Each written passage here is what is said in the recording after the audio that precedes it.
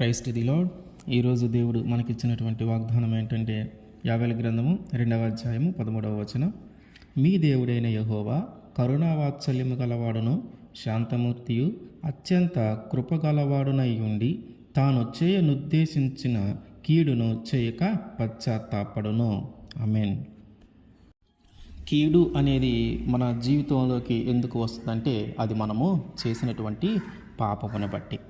అంటే మనము చేసిన పాపమును బట్టి కానీ మనం చేసిన దోషమును బట్టి కానీ మన జీవితంలో ఒక కీడు సంభవించింది అంటే దానిని బట్టి ఇప్పుడు దాన్ని రప్పించేది ఎవరు అంటే దేవుడే. ఎందుకంటే మనము చేసిన పాపానికి ప్రతిఫలంగా కొన్నిసార్లు దేవుడు మనము మార్చుకోవటానికి, ఆ పాప ఫలితాన్ని మనం అనుభవించటానికి, వీటిని బట్టి కొన్నిసార్లు దేవుడు మన జీవితంలోకి కీడును రప్పిస్తూ ఉంటాడు. ఈ కీడును రప్పించింది ఆయనే.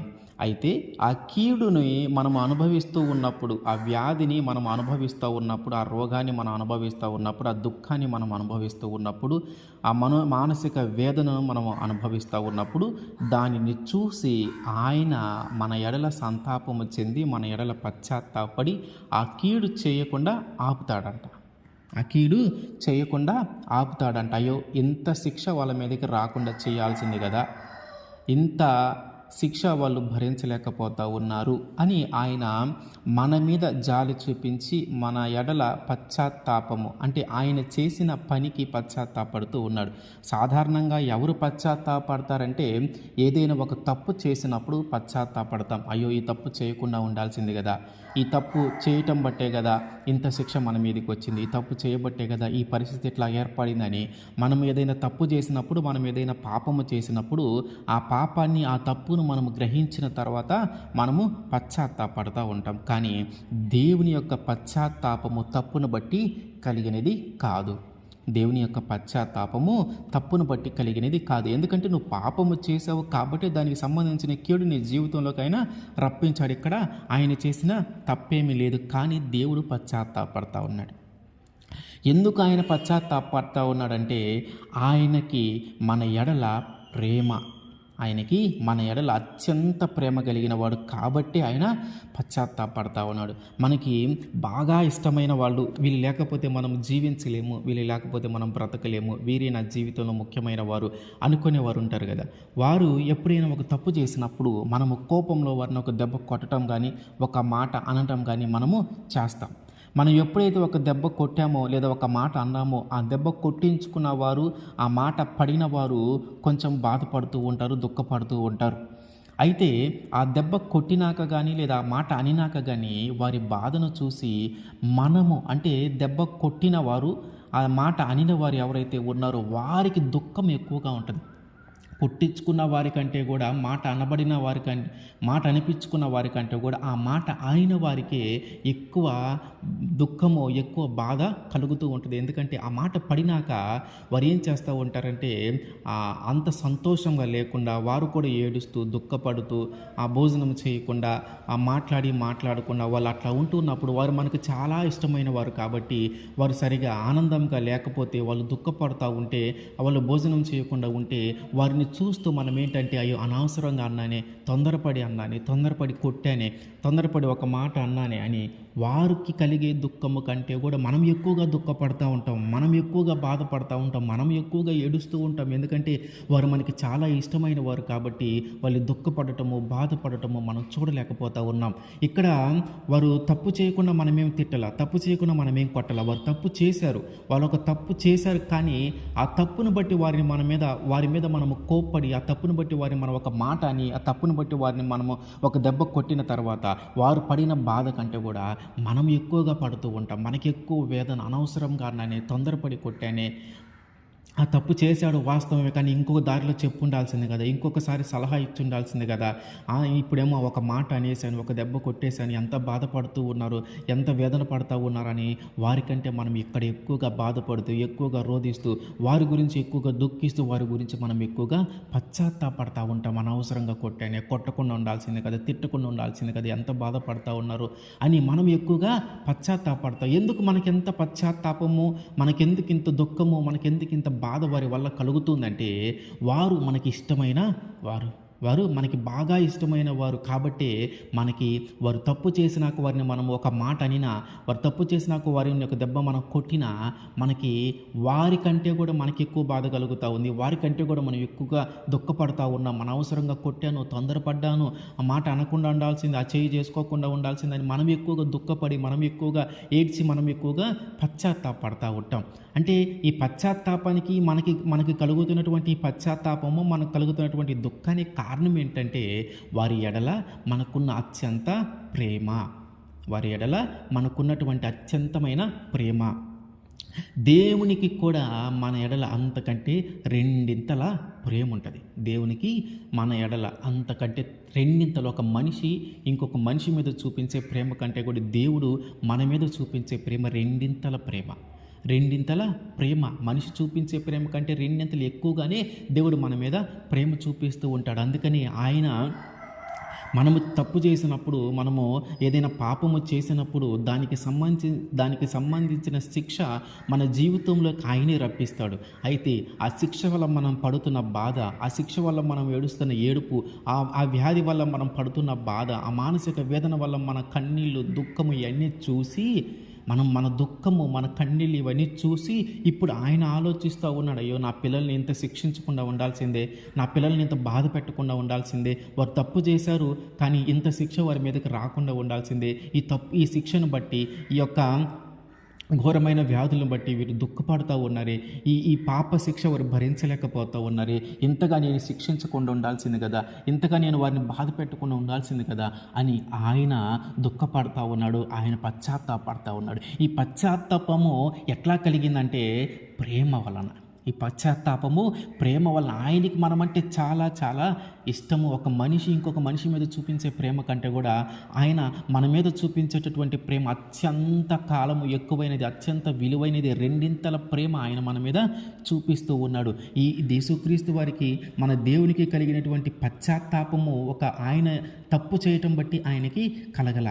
ఆయన మన మీద ప్రేమ చూపించటాన్ని బట్టి, ఆయన మనల్ని ఎక్కువగా ఇష్టపడటాన్ని బట్టి ఆయనకి పశ్చాత్తాపము కలుగుతూ ఉంది. నా పిల్లలు ఎంతగా ఏడుస్తూ ఉన్నారు, నా పిల్లలు ఎంతగా దుఃఖపడుతూ ఉన్నారు, ఈ కీడు వారి జీవితంలోకి రావటాన్ని బట్టే కదా, ఈ శిక్ష వారి జీవితంలోకి రావటాన్ని బట్టే కదా వాళ్ళు ఇంతగా ఏడుస్తూ ఉన్నారు, ఇంతగా దుఃఖపడుతూ ఉన్నారు. అయ్యో ఇంతగా శిక్షించకుండా ఉండాల్సింది కదా, ఇంతగా వారిని శ్రమ పెట్టకుండా ఉండాల్సింది కదా, ఇంతగా వారిని బాధ పెట్టకుండా ఉండాల్సింది కదా అని ఆయనకి మన మీద ఉన్నటువంటి ప్రేమ వలన ఇప్పుడు ఆయన పశ్చాత్తాపడతా ఉన్నాడు.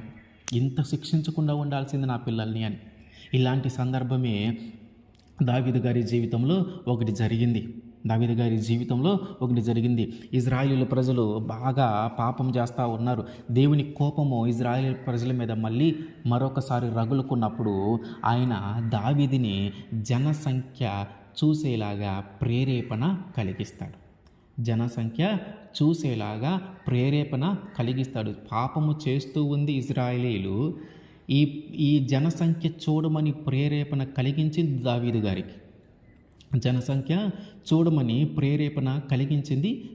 గారికి. పాపము చేస్తుందేమో అక్కడ ఉన్నటువంటి ప్రజలు. ఈ దావీదు ఎవరయ్యా? దేవుని భయము లేని వ్యక్తి, దేవుణ్ణి పూజించని వ్యక్తి, దేవుని యందు భయభక్తులు లేనటువంటి వ్యక్తి అంటే కాదు. దేవుని మీద పూర్తిగా ఆధారపడేటటువంటి వ్యక్తి. దేవునికి రోజుకి 3 ప్రార్థన చేసేటటువంటి వ్యక్తి, దేవునికి రోజుకి 3 సార్లు ప్రార్థన చేసేటటువంటి వ్యక్తి దావీదు. ఈయన ఏం చేస్తూ ఉన్నాడు? ఏమని ప్రేరేపణ కలిగించాడంటే జనసంఖ్య చూడు అని ప్రేరేపణ కలిగించాడు. ఈ జనసంఖ్య చూడటం అనేది దేవుడు తప్పుగా ఎంచుతూ ఉన్నాడు. ఎందుకంటే ఈ జనసంఖ్య చూడమని దావీదుకి ప్రేరేపణ కలిగిన తర్వాత దావీదు ఏం చేస్తాడంటే తన సైన్యాధిపతి అయినటువంటి యావాబుని పిలిపించి ఇట్లా జనసంఖ్య చూసి ఎంత సంఖ్య నాకు తెలియజేయమని చెప్తాడు. వెంటనే యావాబు ఏం చెప్తా ఉంటాడంటే, అయ్యా ఈ జనసంఖ్య ఎంతైనా ఉండని, దాంతో ఇప్పుడు నీకేంటి అయ్యా పని? ఆ కోరిక నీకు ఎందుకు పుట్టింది? ఇప్పుడు దానివల్ల నీకేంటి ఉపయోగం? జనము ఎంతైనా ఉండని, నీవు బ్రతికుండగానే ఇప్పుడున్న సంతానం ఎంతైతే ఉందో దాన్ని 100 ఎక్కువ చేయగలిగిన దేవుడు మనకున్నాడు కదా. ఇంతమంది జనం ఉన్నా వారికి దాహమును తీర్చగలిగిన దేవుడు మనకు ఉన్నాడు కదా. వారికి ఆహారము సమృద్ధిగా చేయగలిగినటువంటి దేవుడు మనకి ఉన్నాడు కదా. కాబట్టి ఇప్పుడు జనసంఖ్యతో పని ఏముంది? ఇప్పుడు జనసంఖ్య చూడవలసిన అవసరం అసలు నీకు ఆ కోరిక ఎందుకు పుట్టింది అని యావాబు అడుగుతూ ఉన్నాడు. కానీ దావీదు గట్టిగా జనసంఖ్య చూడాల్సిందే అని చెప్తా ఉన్నాడు. ఎందుకంటే దేవుని కోపము వలన ఈ యొక్క ప్రేరేపణ దావీదుకి కలిగింది. దేవుని యొక్క కోపము వలన ఇజ్రాయేలీయులు పాపం చేస్తూ ఉన్నారు. వారి కోపము, వారు చేసిన పాపమును బట్టి వారి మీద దేవుని కోపము రగులుకుంది. దేవునికి వారి మీద కోపం వచ్చింది. ఈ కోపము దావీదుని పాపము చేయటానికి ప్రేరేపణ కలిగించింది. అంటే జనసంఖ్య చూడటమే పాపం అయిపోయింది. ఎందుకు? దేవుని సమృద్ధిగా నీకు దాహం తీర్చగలుగుతూ ఉన్నాడు, ఆహారానికి సమృద్ధిగా ఇవ్వగలుగుతూ ఉన్నాడు, అందరినీ పరిపాలన చక్కగా చేయటానికి అవకాశం చేస్తూ ఉన్నాడు. ఎంతమంది ఉన్నా నీకేంటయ్యా ఇబ్బంది? దేవుడు రెండింతలుగా నూరంతలుగా నువ్వు చనిపోయే లేపి ప్రజలందరూ రెట్టింపు చేస్తాడయ్యా. ఇంక నీకు జనసంఖ్యతో ఏం పని? ఎంతమంది ఉంటే మనకి ఏం పని అని యావోబు ఆల్రెడీ ఒక మాట అని ఉంచాడు. కానీ ఆయన వినలా. ఎందుకు వినలేదంటే ఆ పాపము జరగాల, అది కూడా దావీదు ద్వారానే జరగాల. ఎందుకు దావీదు ద్వారానే జరగాలంటే ఇక్కడ ఒక సామాన్యమైనటువంటి వ్యక్తి ఒక పాపము చేస్తే దానివల్ల కలిగేటటువంటి శిక్ష ఆ కుటుంబానికి లేదా ఆ వ్యక్తికి మాత్రమే జరుగుతుంది. కానీ ఇప్పుడు దావీదు రాజుగా ఉన్నాడు. రాజే పాపము చేస్తే ఆ పాప శిక్ష ఎవరి మీదకు ఉంటుంది? రాజ్యం మొత్తం మీదకి ఉంటుంది. దావీదే అంటే రాజే పాపము చేస్తే ఆ పాపపు శిక్ష రాజ్యం మొత్తం మీదకు ఉంటుంది. అంతే కదా. మన గ్రామంలో ముఖ్యమైన వ్యక్తులు ఒక ప్రెసిడెంట్ లేదా మన రాష్ట్రానికి సంబంధించిన సీఎం కానీ ఏదైనా ఒక తప్పు నిర్ణయం తీసుకుంటే, ఒక చెడ్డ నిర్ణయం తీసుకుంటే ఆ శిక్ష ఎవరి మీదకి వస్తుంది? రాష్ట్రం మొత్తం మీదకి, గ్రామం మొత్తం మీదకి వస్తుంది. ఇప్పుడు ఏం జరిగింది? ఈ శిక్ష ఎవరి మీదకి రావాలి? ఇజ్రాయేలీల ప్రజల మీదకి రావాలి. ఎందుకంటే దేవుని కోపం వాళ్ళ మీద ఉంది. మరి తప్పు ఎవరి ద్వారా జరిగించాలంటే రాజు చేత జరిగించాడు. రాజు ఎవరంటే దావీదు. ఈ దావీదు చేత దేవుడు ఈ తప్పుని జరిగిస్తూ వచ్చాడు. దేవుడు ఆ దావీదుని ప్రేరేపణ చేస్తూ ఉన్నాడు, ఇది లెక్కించు అని. కానీ యావాబు ఒక మాట హెచ్చరించాడు, అయ్యా ఇప్పుడు ఎందుకు లెక్కతో మీకు ఏం పని? ఇప్పుడు ఆ కోరిక నీకు ఎందుకు పుట్టింది? ఎంత ఉన్నా ఆయన చూసుకుంటాడు కదా, ఎంత ఉన్నా ఆయన ఉన్నాడు కదా మనకి, నీకేంటి ఇప్పుడు ఇబ్బంది? లెక్క చూడాల్సిన అవసరం ఏముంది అని ఆయన హెచ్చరించినా కానీ వినల. కాబట్టి ఈ రాజు చేత తప్పు చేపిస్తే ఈ రాజు కానీ పాపం చేసి దాని శిక్ష ఈ రాజ్యం అన్నిటి మీదకి వచ్చింది. కాబట్టి అందరినీ శిక్షించవచ్చు అనే ఆలోచన అక్కడ కలిగి ఉన్నాడు దేవుడు. అయితే యావాబుకి గట్టిగా చెప్పలేకే యావాబు ఇక మొత్తాన్ని చూసి ఆ లెక్క మొత్తం చూసి మళ్ళీ రాజు దగ్గరికి వచ్చి, దావీదు గారి దగ్గరికి వచ్చి చెప్తా ఉన్నాడు. ఏమని? కత్తి దూయగలిగినటువంటి వారు ఇజ్రాయిలీలో 8 లక్షల మంది, యూదాలో 5 లక్షల మంది. 8 ఈ యొక్క 5 13 లక్షల మంది ఉన్నారు. ఇప్పుడు అంటున్నాడు మళ్ళీ, అయ్యో నేను అనవసరంగా తప్పు చేశానే, నేను తొందరపడ్డానే, నేను పాపము చేశానే. ఏంటి ఈ లెక్క వినగానే వాస్తవంగా ఇక్కడ లెక్క ఎట్లా వేయాలి? జనసమూహము, ఆ జనసంఖ్య అంటే ఎట్లా లెక్క వేయాలి? ఇక్కడ ఓన్లీ కత్తి దూసేవారిని లెక్కేశాడు. అంటే మగవాళ్ళలో కూడా కొంచెము ఆ నైపుణ్యము, కత్తి తిప్పగల నైపుణ్యం కలిగిన వారిని లెక్కేశాడు. ఇంకా మగవాళ్ళు చాలామంది ఉన్నారు, ముసలి వాళ్ళు ఉన్నారు, పిల్లలు ఉన్నారు. అట్లాగే స్త్రీలను లెక్కించాల. జనసంఖ్య ఎట్లా లెక్కించాలి? అందరిని కలిపి లెక్కించాలి. కానీ ఇక్కడ ఎవరైతే కత్తి దూసేవాళ్ళు, యుద్ధము చేయగలిగిన వాళ్ళు, యుద్ధ నేర్పరులు, నైపుణ్యం కలిగిన వాళ్ళు ఎవరైతే ఉన్నారో వారినే లెక్కించారంటే ఏంటి? యుద్ధము చేయటానికి నాకు చాలా బలం ఉంది, నాకు చాలా బలగం ఉంది, అనే విషయము దావీదుకి తెలుస్తూ ఉంది. ఇప్పుడు మన ఊరిలో ఎవరైనా మనకి బాగా బలగం ఉంది అంటే మనకి బాగా బంధుత్వము, మన వాళ్ళు, మన ఇంటి పేరు వాళ్ళని ఇట్లా ఎక్కువ మంది మనము కలిగి ఉన్నప్పుడు మనలో ఒక చిన్నపాటి గర్వం ఉంటుంది. ఏమనంటే అందరూ మా వాళ్ళే, ఇక్కడ ఎవరు మమ్మల్ని ఏమీ చేయలేరు, అందరూ మా వాళ్ళే, ఏదైనా ఆపద వచ్చినా, ఎవరైనా మా మీదికి యుద్ధానికి వచ్చినా లేదా ఎవరైనా కొట్టడానికి వచ్చినా అందరూ మా వాళ్ళందరూ వస్తారు కాబట్టి మాకేం భయం లేదు అని ఒక చిన్న గర్వం లాంటిది. ఇది కూడా దావీదుకి కలుగుతూ ఉంది. ఇప్పుడు దావీదుకి అర్థమవుతా ఉంది, ఇంతమంది ఉన్నారు అనే ఒక ధైర్యము, ఇక దేవుడి మీద ఆధారపడవలసిన అవసరం లేదు. అంటే ముమ్మారు ప్రార్థన చేసి యుద్ధానికి వెళ్ళే ప్రతిసారి దేవుడా కాపాడు వెళ్ళాలా వద్దా అని అడగాల్సిన పని లేదు. ఎందుకంటే ఎక్కువ మంది ఉన్న చిన్న చిన్న పట్టాలను ఈజీగా మేము జయించగలుగుతామనే ఆలోచన ఆయనకు కలుగుతూ ఉంది. కాబట్టి ఇప్పుడు ఆలోచిస్తూ ఉన్నాడు, ఏమనంటే అయ్యో నేను పాపం చేశాను, దేవునికి వ్యతిరేకమైన పని చేశాను అని ఇప్పుడు ఆలోచన చేస్తూ ఉన్నాడు జనసంఖ్య వినగానే. ఏమని ఆలోచన చేస్తూ ఉన్నాడు? ఇన్ని ఇన్ని ఇన్ని రోజులు ఎంతమంది జనమున్నా దాహానికి ఎప్పుడు కొదవలేదు, ఆహారానికి ఎప్పుడు కొదవలేదు, వస్త్రానికి ఎప్పుడు కొదవలేదు. ఎవరు మా మీద యుద్ధానికి వచ్చినా ఆయన మాకు తోడుగా ఉన్నాడు. ఏ యుద్ధానికి వెళ్ళినా మేము జయిస్తూనే ఉన్నాం. కానీ ఈరోజు దేవునిని అవమానము కలిగేలాగా, దేవుని మీద అనుమానము కలిగేలాగా ఎంతమంది ఉన్నారో లెక్కేసుకున్నాను నేను. ఈ లెక్కేసుకోవాల్సిన అవసరం ఏముంది? ఎంతమంది ఉన్న దేవుడు నన్ను కాపాడుతూనే ఉన్నాడు కదా. ఎంతమంది ఉన్న ఆహారానికి కొదవ లేకుండా చేస్తూ ఉన్నాడు కదా. ఎంతమంది ఉన్న దాహానికి కొదవ లేకుండా చేస్తూ ఉన్నాడు కదా. ఎంతమంది ఉన్నా ఏ యుద్ధానికి వెళ్ళినా మేము జయిస్తూనే ఉన్నాం కదా. ఇప్పుడు ఎందుకు నేను అనవసరంగా ఇది చూశాను అని ఇప్పుడు బాధపడతా ఉన్నాడు. తన తప్పు తాను తెలుసుకొని ఇప్పుడు బాధపడతా ఉన్నాడు. అయ్యో, నేను ఏం చేయాలా? ఇప్పుడు తప్పు జరిగిపోయింది నా వల్ల. ఎందుకు జరిగిందయ్యా తప్పు? ఎలా జరిగిందయ్యా అంటే, ఇజ్రాయేలీలు పాపం చేస్తూ ఉన్నారు. దేవుని కోపం ఇజ్రాయేలీల మీద ఉంది. ఆ పాపానికి కీడు వాళ్ళ మీదకి రావాలా? ఆ కీడు ఈ ప్రజల మొత్తం మీదకి రావాలంటే రాజు తప్పు చేయాలి. ఆ రాజ్యాన్ని పరిపాలించేటటువంటి రాజు తప్పు చేయాలి. రోజుకి ముమ్మార్లు ప్రార్థించేటటువంటి దావీదే పాపము చేయగలిగాడు. దేవుని ద్వారా పాపము చేయగలిగాడు. అంటే దేవుని కోపము ఆయన మీద ఉంది కాబట్టి, ఆ కోపము ఇజ్రాయేలీల ప్రజలందరి మీదకి కీడు రావాలి కాబట్టి ఆయన ద్వారా జరిగింది.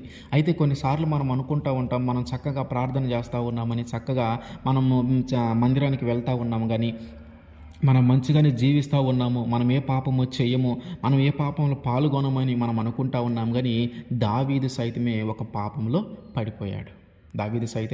కొన్నిసార్లు పాపంలో పడిపోయాడు. కాబట్టి మనము కూడా పాపంలో పడిపోయే అవకాశం ఉంది. కాబట్టి మనం ఇంకా జాగ్రత్తగా మనము జీవించాలా. దావీదు సైతమే పాపంలో పడిపోయాడు కాబట్టి మనం పడిపోవటంలో ఏముందిలే అని మనం పాపంలో పడిపోవటానికి ఇష్టపడకూడదు. మనము జాగ్రత్త పడాలి. ఏమని, అయ్యో, రోజుకి 3 సార్లు ప్రార్థన చేసేటటువంటి దావీదే పాపంలో పడిపోయాడంటే మనము ఎన్నిసార్లు ప్రార్థన చేస్తూ ఉన్నాం? మనం ఇంకా ఎంత బాగా ప్రార్థన చేయాలి? మనం ఇంకా ఎంత బలంగా ఉండాలి దేవుళ్ళు అనే ఆలోచన మనకి కలగాల. అయితే ఇప్పుడు ఏం జరిగింది? ఈయన దావీదు పాపము చేశాడనే విషయం ఆయనకు అర్థమవుతూ ఉంది. దాని నుంచి దుఃఖపడతా ఉన్నాడు, దాని గురించి బాధపడతా ఉన్నాడు. తెల్లారింది లోపు ప్రవక్త అయినటువంటి ఈయన వచ్చాడు. దీర్ఘదర్శి అయినటువంటి గాదు వచ్చాడు పొద్దున్నే దావీదు దగ్గరికి. తెల్లవారుగానే వచ్చి, నువ్వు ఇట్లా తప్పు చేశావు, నువ్వు ఇట్లా పాపం చేసావు, దేవునికి వ్యతిరేకమైన పని చేసావు అని చెప్పట్లా. డైరెక్ట్గా 3 ఆప్షన్లు ఇచ్చేస్తూ ఉన్నాడు. దేవుడు నీతో ఇదే మాట్లాడమన్నాడు. ఏమని? నీకు ఒక 3 అవకాశాలు ఇస్తూ ఉన్నాడు దేవుడు. 3 అవకాశాలు ఇస్తూ ఉన్నాడంటే ఆ పాపం నుంచి బయటపడటానికి కాదు, ఆ పాపానికి సంబంధించిన శిక్ష అనుభవించడానికి నీకు 3 మార్గాలు ఉన్నాయి. శిక్షనే నీకు 3 విధాలుగా విధించబోతా ఉన్నాను. వాటిలో నువ్వేదో ఒకటి కోరుకో, దాంట్లో నీకు ఇష్టమైనదే ఆ శిక్ష నీకు విధిస్తాను. అసలు చూడండి, పాపము నుంచి విడిపించబడటానికి, శిక్ష లేకుండా తప్పించబడటానికి అవకాశం ఇయ్యాలా? పాపమే ఆ పాపానికి సంబంధించిన శిక్ష, ఆ పాపానికి సంబంధించిన కీడు మీ జీవితంలోకి ఇజ్రాయేలీల ప్రజల మీదకి రాబోతా ఉంది. అయితే వాటిలో నీ కోసం ఒక 3 ఆప్షన్లు ఉంచాను అంటున్నాడు. తప్పించబడటానికి, శిక్షింపబడకుండా ఉండటానికి కాదు, కీడును జీవితంలో అనుభవించటానికే. ఆ కీడు కూడా అంటే 3 రకాలుగా వచ్చిందంట. 3ట్లో నీకు ఇష్టం వచ్చినది కోరుకో అంటున్నాడు. నీకు ఇష్టం వచ్చింది కోరుకో. అసలు జరగాల్సిన కార్యక్రమం ఇది. దేవుని కోపము ఇజ్రాయేల్ మీద రగులుకుంది. ఆయన ఈ ప్రజల మీదకి ఒక కీడును రప్పించాలా. ఆ కీడు ఎవరి ద్వారా జరిగించాడంటే ఈ దావీదు గారి చేత జరిగించాడు. ఇప్పుడు ఏమేమి ఆప్షన్లు ఇస్తా ఉన్నాడంటే, 2 సమూయేలు గ్రంథము 24వ అధ్యాయం 13వ వచనం. కావున గాదు దావీదు నొద్దకు వచ్చి ఇట్లని సంగతి తెలియజెప్పెను. నీవు నీ దేశమందు 7 సంవత్సరములు క్షామము కలుగుటకు ఒప్పుకుందువా? నిన్ను తరుముచున్న నీ శత్రువుల ఎదుట నిలవలేక నీవు 3 నెలలు పారిపోవుటకు ఒప్పుకుందువా? నీ దేశమందు 3 దినములు తెగులు రేకుటకు ఒప్పుకుందువా? ఈ 3 ఆప్షన్లు ఇచ్చాడు. ఏం చేయాలి? 7 సంవత్సరాలేమో కరువంట, 3 నెలలేమో శత్రువుల ఎదుట నువ్వు నిలవలేకుండా పారిపోయేంత పరిస్థితి, 3 రోజులేమో తెగులు. 7 సంవత్సరాలు కరువు, తర్వాత 3 సంవత్సరాలు శత్రువులు, 3 నెలలు శత్రువులు, 3 రోజులు తెగులు. వీటన్నిటిలో ఆయన ఏం కోరుకున్నాడంటే, ఈ తెగులు అనేది దేవుని ఆధీనంలో ఉంది. తెగులు అనేది దేవుని ఆధీనంలో ఉంది. నేను శత్రువుల చేతికి అప్పగించబడటం కంటే కూడా దేవుని చేతిలో పడతా. శత్రువుల చేతిలో పడి 3 నెలలు ఆ ఊరని ఈ ఊరని ఆ రాజ్యమని ఈ రాజ్యమని ఎక్కడ పడితే అక్కడ తిరిగి నా ప్రాణాన్ని రక్షించుకోవటం కోసం పరుగులెత్తే కంటే కూడా ఆ ప్రాణం మీద తీసుకెళ్ళి దేవుడి మీదే ఆధారపడతాను.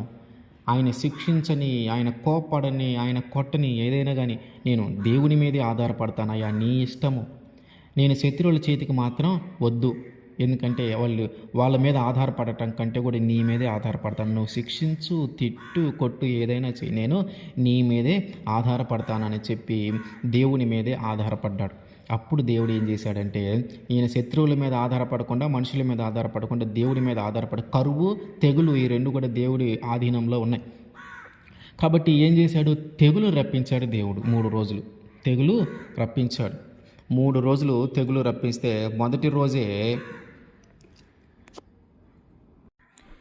మొదటి రోజే సుమారుగా 70,000 మంది చనిపోయారంట. సుమారుగా 70,000 మంది చనిపోయారు మొదటి రోజే. 3 రోజులు తెగులు రావాలా, 3 రోజులు తెగులు రప్పిస్తాను అన్నాడు దేవుడు. 3 రోజుల తెగుల్లో మొదటి రోజు జరిగింది. ఈ మొదటి రోజు ఎంతమంది చనిపోయారంటే 70,000 మంది. ఇది ఎక్కడ మొదలైంది? మొట్టమొదట మొదలైంది అక్కడ ఇజ్రాయేలీల మీద కోపము ఈ దేవునికి రగులు కొనగా ఆయన ఏం చేశాడంటే, దావీదుని ఆ ప్రేరేపణ కలిగించి జనసంఖ్య చూసేలా ఒక పాపాన్ని వారి మీదకి తీసుకొని వచ్చాడు, ఒక శాపాన్ని, ఒక కీడును వారి మీదకి తీసుకొని వచ్చాడు. ఇప్పుడు ఈ కీడు ఎక్కడ నెరవేర్చబడతా ఉంది? పాపము జరిగింది, అయిపోయిన తర్వాత ఇప్పుడు కీడు నెరవేర్చబడతా ఉంది. ఒక తెగులు వచ్చింది ఇజ్రాయేలీల మీదకి. ఆ తెగుల్లో మొదటి రోజు సుమారుగా 70,000 మంది చనిపోయారు. 70,000 మంది చనిపోయారు. ఈ 70,000 మంది చనిపోయినప్పుడు దేవుడు చూస్తూ ఉన్నాడు ఈ పరిస్థితిని. ఆ ప్రజల యొక్క రోదన, ఆ ప్రజల యొక్క ఏడుపు, ఆ ప్రజల యొక్క బాధ. ఒక్కసారిగా 70,000 మంది చనిపోయేసరికి ప్రజలంతా అల్లకల్లోలమయ్యి ఆ బాధ, ఆ వేదన, దుఃఖము దేవునికి మొరపెడతా ఉన్నారనమాట. ఆ ప్రజలు పడుతున్నటువంటి ఆ బాధను చూసి దేవుడి ఇప్పుడు ఆలోచన చేస్తూ ఉన్నాడు. 2 సమూయేలు గ్రంథము 24వ అధ్యాయం 16వ వచనం. అయితే దూత యెరూషలేము పైని హస్తము చాపి నాశనము చేయబోయినప్పుడు యెహోవా ఆ కీడును గూర్చి సంతాపముంది అంతే చాలును, నీ చెయ్యి తీయుమని జనులను నాశనము చేయు దూతకు ఆజ్ఞ ఇచ్చెను. ఏం జరిగింది? 70,000 మంది చనిపోయిన తర్వాత ఆ పట్టణము, ఆ ప్రజలలో ఒక గలిబిలి ఏర్పడింది. అందరూ దుఃఖపడతా ఉన్నారు, అందరూ బాధపడతా ఉన్నారు. మా దేవుడికి మేము వ్యతిరేకంగా తిరగటాన్ని బట్టే కదా, మా దేవుడి మేము లెక్క చేయకుండా ఉండటాన్ని బట్టే కదా మేము ఈ పాపంలో పడిపోయాము, ఈ దోషంలో పడిపోయాము, ఆయనకి ఇష్టం లేకుండా జీవిస్తూ ఉన్నాము, ఆయన చిత్తం లేకుండా జీవిస్తూ ఉన్నాము, ఆయనకి వ్యతిరేకంగా జీవిస్తూ ఉన్నాము, ఆయన మీద తిరుగుబాటు చేస్తూ ఉన్నాము. అందుకే కదా మాకు శిక్ష, అందుకే కదా మాకు ఈ కీడు సమీపించింది మా జీవితాల్లోకి అని వారు దుఃఖపడుతూ, ఏడుస్తూ, బాధపడుతూ ఉంటే ఆయన చూసంట ఈయన సంతాపం అందాడు, ఈయన పశ్చాత్తాపడతా ఉన్నాడు. వారి యొక్క బాధను చూసి, వారి యొక్క దుఃఖాన్ని చూసి, వారి యొక్క ఏడుపును చూసి, వారి యొక్క కన్నీళ్లను చూసి ఈయనేం చేస్తూ ఉన్నాడంటే ఈయన దుఃఖపడతా ఉన్నాడు. అయ్యో, పిల్లలు ఎంతగా బాధపడతా ఉన్నారే, నా పిల్లలు ఎంతగా దుఃఖిస్తూ ఉన్నారే, నా పిల్లలు ఎంతగా వేదన చెందుతూ ఉన్నారే, అయ్యో ఎంతమంది చనిపోయారే, ఎంతమంది దుఃఖపడుతూ ఉన్నారు, ఎంతమంది ఏడుస్తూ ఉన్నారు, కన్నీళ్ళు విడుస్తూ ఉన్నారే, అయ్యో ఇంత శిక్ష నేను వీళ్ళ మీద వేయకుండా ఉండాల్సిందే, ఇంత కీడు వీళ్ళ మీదకి రప్పించకుండా ఉండాల్సిందే, ఇంతగా వీరిని బాధ పెట్టకుండా ఉండాల్సిందే, ఇంతగా వీరిని దుఃఖించకుండా చేయకుండా ఉండాల్సిందే అని ఆయన బాధపడుతూ, ఆయన సంతాపము చెందుతూ ఉన్నాడు, ఆయన పశ్చాత్తాపడుతూ ఉన్నాడు. కాబట్టి ఆయన మన ఎడల అత్యంత ప్రేమ కలిగిన వాడు. కాబట్టి మనం పడుతున్నటువంటి బాధ, మనం పడుతున్నటువంటి దుఃఖము, మన జీవితంలోకి వచ్చినటువంటి కీడు వలన మనకి ఇవన్నీ సమీపిస్తూ ఉంటే దానిని చూసి ఆయన సంతోషించేవాడు కాదు. దానిని చూసి మనకంటే ఎక్కువగా ఆయన బాధపడతాడు, మనకంటే ఎక్కువగా ఆయన దుఃఖిస్తాడు. అయ్యో పిల్లల్ని ఇంతగా శిక్షించానా, అయ్యో పిల్లల్ని ఇంతగా బాధ పెట్టానా, ఇంతగా వీరికి ఇంత శిక్ష నేను ఎందుకు ఇచ్చాను, కొంచెం తగ్గించాల్సింది కదా అని ఆయన పశ్చాత్తాపడతా ఉన్నాడంట. ఎంత ఇష్టము, ఎంత ప్రేమ ఉంటే ఆయన మన మీద అంత జాలి చూపిస్తూ ఉన్నాడు, అంత కరుణ చూపిస్తూ ఉన్నాడు. కాబట్టి మనము ఇప్పటికైనా మన యొక్క తప్పును తెలుసుకొని మన యొక్క పాపముల గురించి మనం ఆలోచన చేసి ఇప్పటికైనా మనము ఆయన వైపు తిరిగితే ఆ కీడు ఏదైతే మన జీవితంలోకి సమీపించి ఉందో ఆ కీడు నుంచి ఆయన మనల్ని ఖచ్చితంగా విడిపిస్తాడు. ఎందుకంటే మనమంటే ఆయనకి చాలా ఇష్టము, మనమంటే ఆయనకి చాలా ప్రేమ. ఆమేన్.